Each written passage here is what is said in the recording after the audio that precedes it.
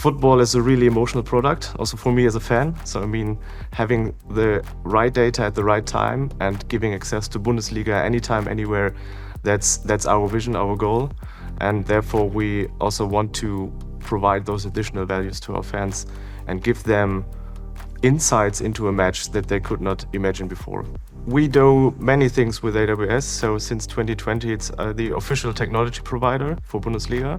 And we prolonged also our partnership with AWS since March this year, and as the official generative AI technology provider for Bundesliga. We build data lakes on AWS. We host the official website and the backend systems for our official Bundesliga app. Generative AI for us is the most important topic for the next years.